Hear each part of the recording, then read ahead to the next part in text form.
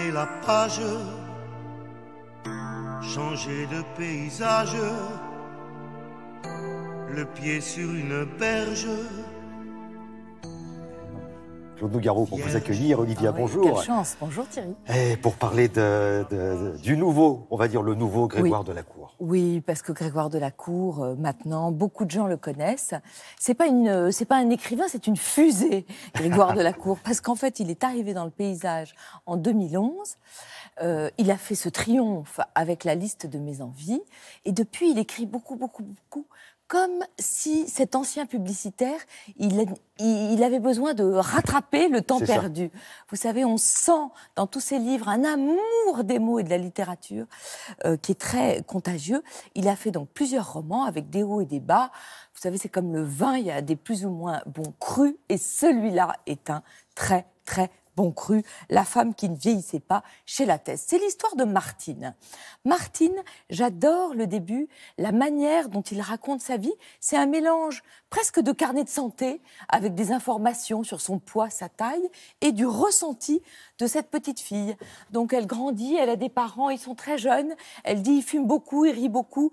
Ce sont comme des enfants habillés en grandes personnes. Et puis 5 ans et demi, il y a une cassure. Le père de Martine revient d'Algérie, de la guerre d'Algérie, avec une jambe en moins. Il devient Long John Silver, le pirate de l'île au trésor. Et la petite fille, elle sent juste que parfois, son papa, il peut plus la prendre sur ses genoux comme avant. Elle sent que sa maman, parfois, elle revient les jours rouges de son travail, il y a quelque chose qui ne va pas. Et puis quand même, Cara, la petite fille grandit. Et 13 ans et demi, là, c'est plus une fêlure, c'est une brisure. Sa mère sort du cinéma, elle a été voir Un homme et une femme de Claude Lelouch, hommage à William Lémergie, et elle sort de là, elle est fauchée par une voiture. Et là, évidemment, tout se bouleverse.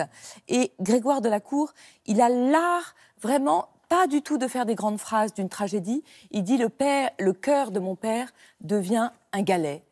Et vraiment, c'est ça que j'aime dans cette écriture, c'est le sens des petites phrases qui veulent dire énormément. Et puis, il y a une résilience, la famille se reconstruit. Martine, je ne vais pas tout vous raconter, mais elle se marie, elle a un fils. Et puis, à 30 ans, elle rencontre un photographe qui a un projet. C'est que chaque année, il photographie les mêmes personnes pour essayer de fixer ce qui est invisible, c'est-à-dire le temps qui passe. Et là, il va se passer un truc bizarre. 30 ans, première photo, 31 ans, deuxième photo. Et bizarrement, entre la première et la deuxième photo, eh bien, rien n'a changé sur le visage de Martine. Martine ne vieillit pas. Martine ne vieillit pas. Donc, ce rêve de toutes les femmes de ne pas vieillir, eh bien, Martine, elle l'a. Mais est-ce que c'est une chance ou est-ce que c'est une malédiction? C'est une fable vraiment formidable. Et il y a quelque chose de la liste de mes envies où il y avait une femme qui gagnait au loto et elle ne voulait pas son lot. Eh bien là, Martine a gagné au loto. Est-ce qu'elle en veut ou pas? C'est chez Lattès et c'est vraiment passionnant. Je trouve qu'il y a un mélange de cruauté et de tendresse dans ce livre qui est tout ce que j'aime chez Grégoire de la Cour. Allez, pour les petits, puisque là, on est en période de vacances. Est-ce que vous connaissez l'ours Pompon de Benjamin Chaud? Ce sont les 4e aventures de Pompon l'ours. Je trouve que c'est le plus bel illustrateur qu'on nous ait donné depuis longtemps, Benjamin Chaud. Et là, Pompon, Pompon, il en a assez d'être un ours. Il trouve que la forêt est nulle. Il trouve qu'on s'y ennuie. Et donc, lui, il voudrait être un petit garçon avec des jouets de petit garçon, avec des habits de petit garçon. Et donc, il va s'enfuir.